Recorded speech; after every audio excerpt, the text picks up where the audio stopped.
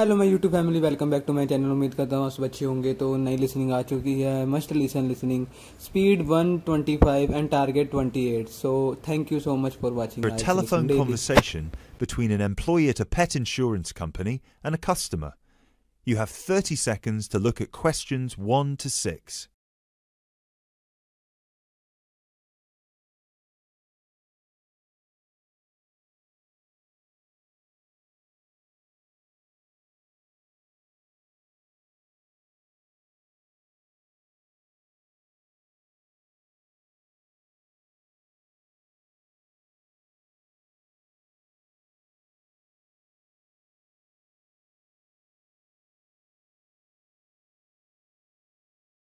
Pet Protect UK, how can I help? Oh, hello there. I'm calling to inquire about your pet insurance plans. Of course, just give me a second, please. Sure. So, have you checked our website already to see the options we offer? I've had a quick glance, and I think I'm interested in the basic plan. Great. I need to just ask a few questions first then. Is your pet a dog, a cat, or a rabbit? It's a dog. And is it a puppy or... No, he's 3 years old. Right. May I ask, has your dog been insured before? I just adopted him from the rescue center last week, and I think he'd been there a while, so I doubt it. Okay, so you've had him for a week then. That's correct. Great. I apologise for asking this, but your dog, what's his name by the way? Fenton. Fenton, is that spelt with an F? Yeah. Fenton. Great. Thank you for that. So, according to the rescue centre, has Fenton ever attacked, bitten, or been aggressive towards a person or another animal? No, not at all. Excellent. And is he a guide dog or... No, just a house pet. Great. And you said he's 3 years old. Do you know the exact date of birth? Oh, yes, it's on the adoption certificate. Just give me a sec. It's May 19th, 2013. And do you know, has Fenton been neutered? Yes, he's been castrated. Excellent. And final question, what type of dog is Fenton? Is he a pedigree, a crossbreed, or a mixed breed? A crossbreed, I think. Right, crossbreed... Wait, sorry. What's the difference between the three? A pedigree is a dog whose parents are of the same breed. A crossbreed is from 2 different breeds, while a mixed breed is 3 or more. Then he's a mixed breed. Sorry about that. Right, no worries. So, could I take your full name, please? My name is Peter Pischinger. That's Pischinger. Right, thank you for that. And what's your address? That's 27 Cherry Drive, NW8 3HD. 3HD. And finally, a telephone number, please. 020-3634-7957. Thank you.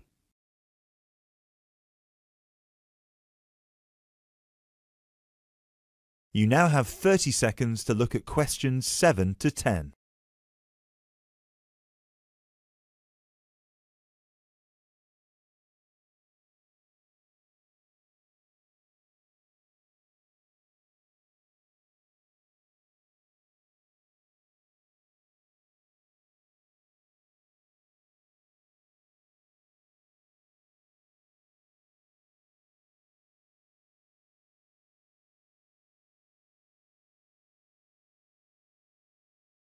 Now, you said you were interested in the basic plan. Is that correct? Yes, that's correct. May I ask, are you planning to switch insurance providers after the first year of your pet insurance, or is there a possibility you might renew with us? I haven't really thought about it. Why? The reason I'm asking is because if you plan to renew with us, it might be worth considering our premium or ultimate premium plan.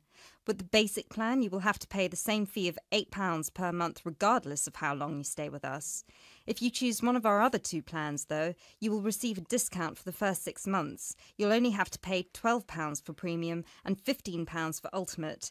And then, depending on your circumstances, you might be eligible for further discounts after your first year, depending on how many expenses you claim.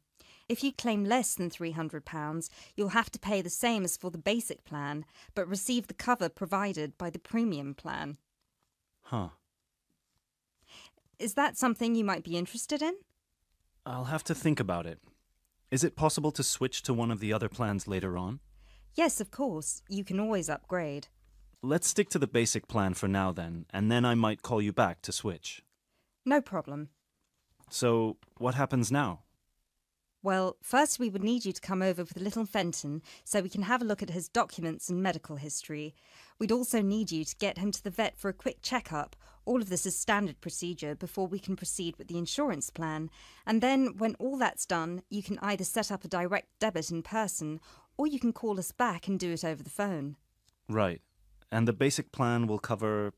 Well, the basic plan covers veterinary fees, obviously, plus a few more things such as boarding costs, loss by theft or straying, advertising and reward, death by accident or illness. You can find a comprehensive list on our website, or I could forward it to you via email if you prefer. Thanks. I'll check the website. No problem. So, shall we book you an appointment so you can come over?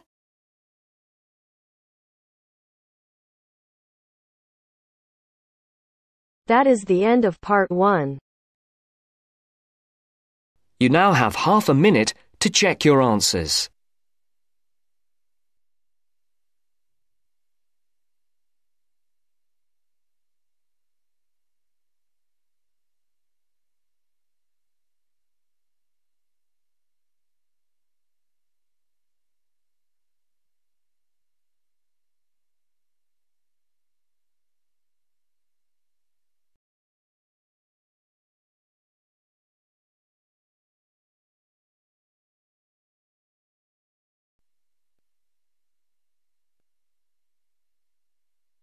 Now turns to part 2.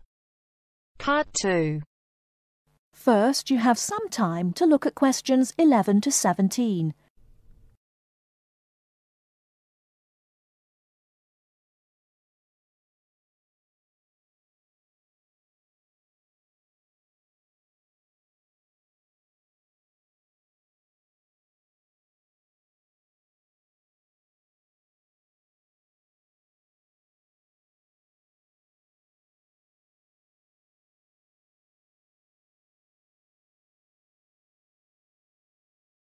Now, listen carefully and answer questions 11 to 17. Hello, and thanks everyone for coming here today. I know it's always a bit stressful going for a job interview, but it's best to be prepared.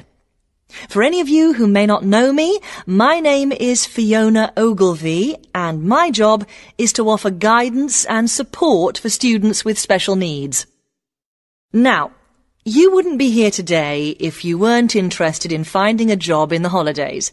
So let's get down to it and see what things you need to be looking out for. Most of you, I hope, will be applying for jobs with the companies that have been recommended by the university. The reason for this is that we here at the university already know these companies and have established good working relationships with them. I've also been to visit all of them and checked out the facilities they have to offer. You really need to make informed choices when you're looking for a job and make sure you know before you even get to the interview stage that your needs will be met. But I know that some of you are applying for jobs independently and have looked at companies outside the university recommended list. So for you, it's best to plan ahead and be aware of what it is you may need while you're working. Things that you need to check when you go for an interview are there enough toilet facilities and are these easily accessible? Also, you want to check that all the public areas inside the building are barrier-free, so you can get direct access to these public spaces whenever you need to. And ask about ramps into the building, so you know how many there are and where they are located. These kinds of things are so much more difficult to sort out when you've started work, as they take time. But ramps are an absolute must, so please make sure you know where they are. Another thing you must make sure of is that the lifts have the correct lowered control panels.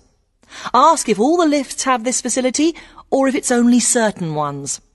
Now, something I think that is often overlooked is working hours. What you want to make sure of is that you get flexi time. This basically means that your working hours are flexible and you can clock on and clock off in times that suit you. Within reason, of course. Most companies do recognise that it takes much longer for someone in a wheelchair to get on and off buses and trains. Public transport can take that much longer, so you need to be organised and prepared. And for those of you lucky enough to own a car, check how many disability parking spaces are available. Remember that it's your right to have a disabled parking space.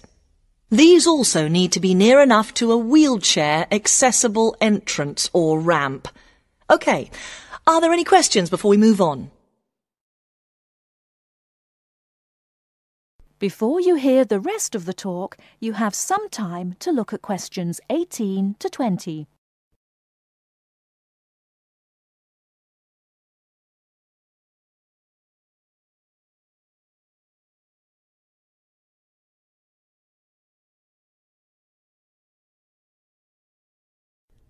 Now listen and answer questions 18 to 20.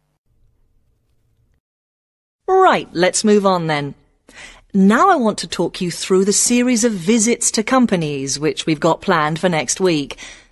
On Monday morning, we will be visiting the Lowland Hotel.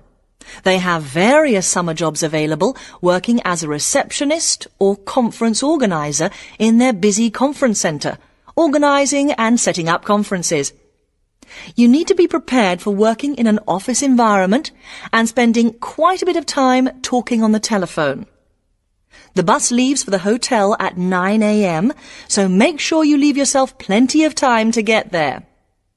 When you arrive at the hotel, please gather in the reception area and wait for someone to take you to your first session, which will be a talk. The talk at the hotel will begin at 10 a.m, and then there will be a short tour of the hotel. There will be a light lunch provided, which is usually salads and sandwiches. The next place we'll be visiting will be on Tuesday afternoon. We'll be going to visit a little local company that makes handmade paper and cards. For those of you studying art, this may be just what you're looking for. We'll be taken on a tour of the company which lasts 3 hours. The tour will start at 3:30 p.m. and after that you'll have a chance to meet some of the staff. Tea and coffee will also be provided. We have no trips planned for Wednesday, but on Thursday morning we'll be going to Tobago Travel Agency. This is a very popular choice amongst our students because you can get student discounts on holidays. We've booked a coach for this and it'll leave from outside the refectory at 8 a.m. You'll need to bring a packed lunch for this, so please don't forget. There is a little canteen where you can buy hot and cold food, but this is closed on Thursdays. Friday, we'll be having representatives from all the companies visiting us, so you will have a chance to ask any questions, and of course, put your name down on the list if you're interested in working for them over the summer. This event will take place in the main hall next to the library, and it'll run from 10:30 until 4. I really hope you make the most of this excellent opportunity to not only earn yourself some extra money, but also to gain experience of what it's like to work. And if you'd like to find out more, then please ask some of the students who worked last year. They're all wearing green badges and will be happy to speak to you afterwards. That is the end of part 2. You now have half a minute to check your answers.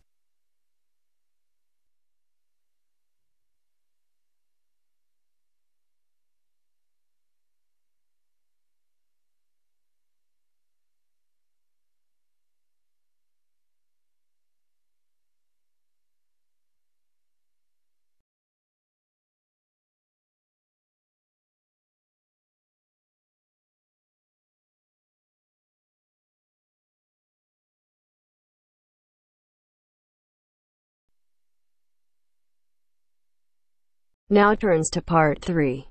Part 3. You will hear a conversation between 3 students who are preparing a presentation. First, you have some time to look at questions 21 to 25.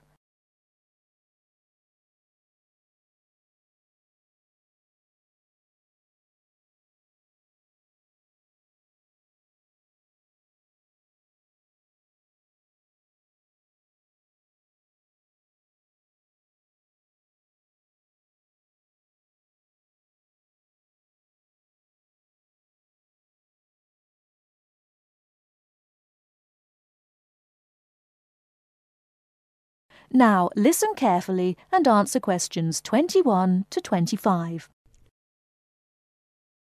Hey guys! Oh, hey Gail, you made it. Yeah, sorry. I was stuck at the library paying late fees. Have you guys started going through the data yet? Yeah, we've already collated it and we've started designing the graphs we're going to use in the presentation. Oh, really? That's fast. Well, anyway, here's what we've got so far. Okay, so... Wow, 38% said they thought about quitting school in the first year. That's a huge number. Yeah, and only 10% said they were happy at school from beginning to end. Amazing, isn't it? Yeah, I thought the majority would be happy here.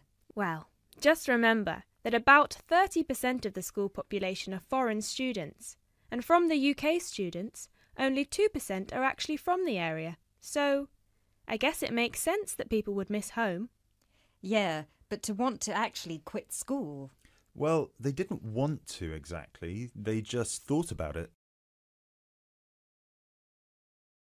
Okay, so how should we organise the presentation?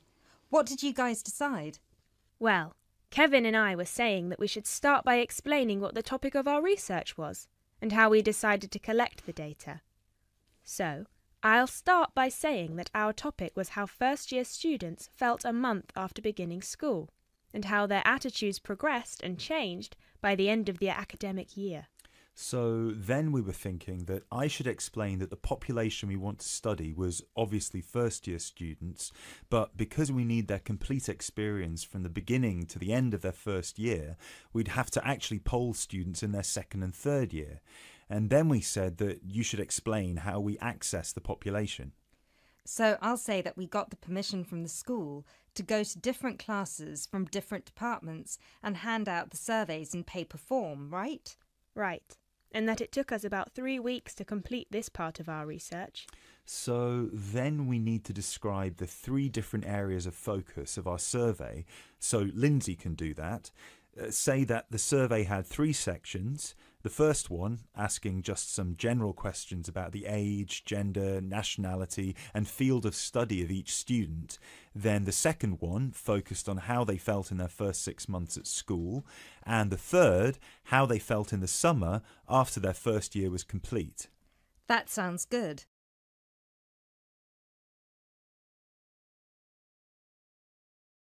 You now have 30 seconds to look at questions 26 to 30.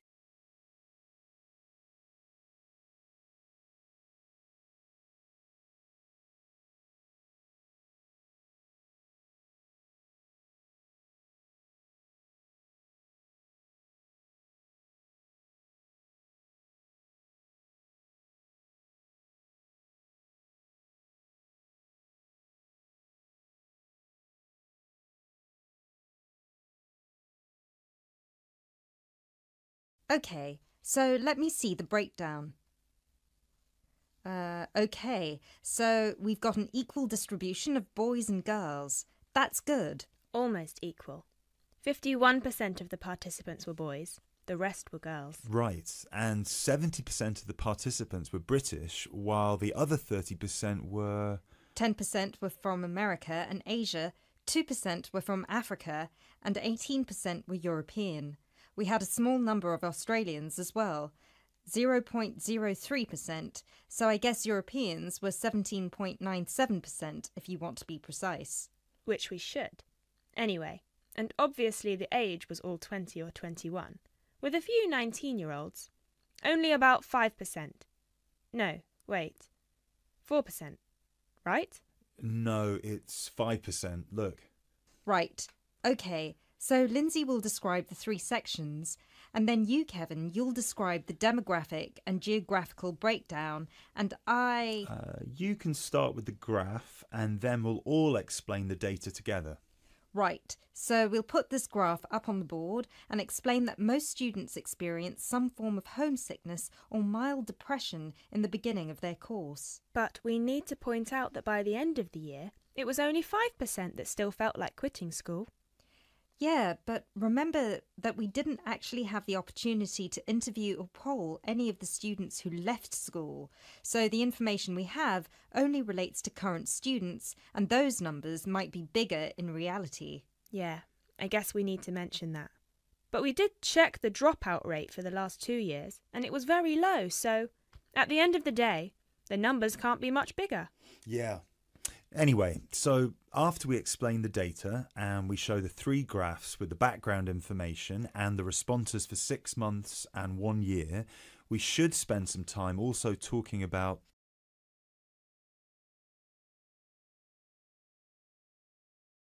That is the end of part 3. You now have half a minute to check your answers.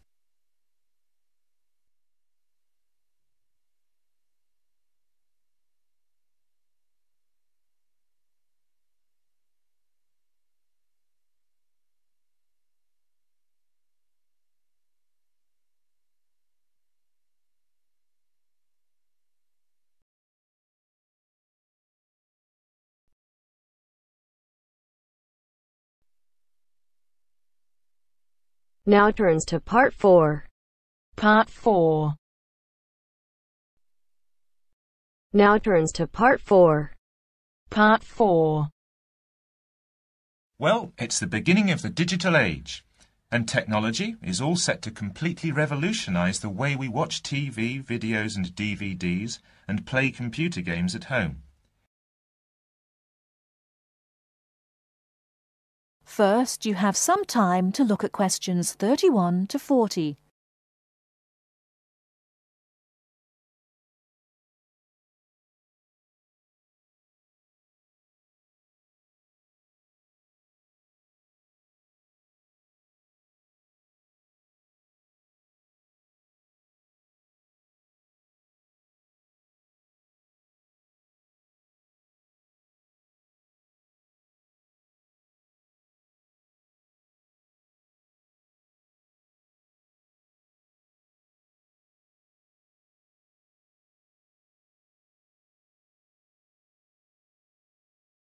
Now listen carefully and answer questions 31 to 40.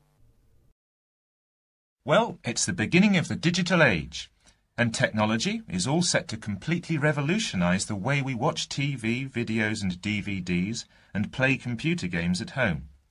Here to tell us more about how we will be spending our leisure time at home in future is Anna Zabel. Hello. Yes, there will be huge changes in the way we use television, radio and new media in future.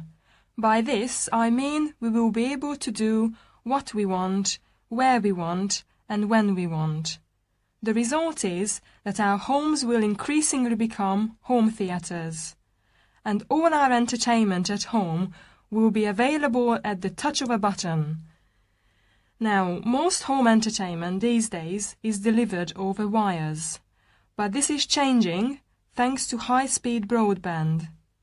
Downloading will become easier, and studios will eventually release movies, songs and video games directly to the consumer.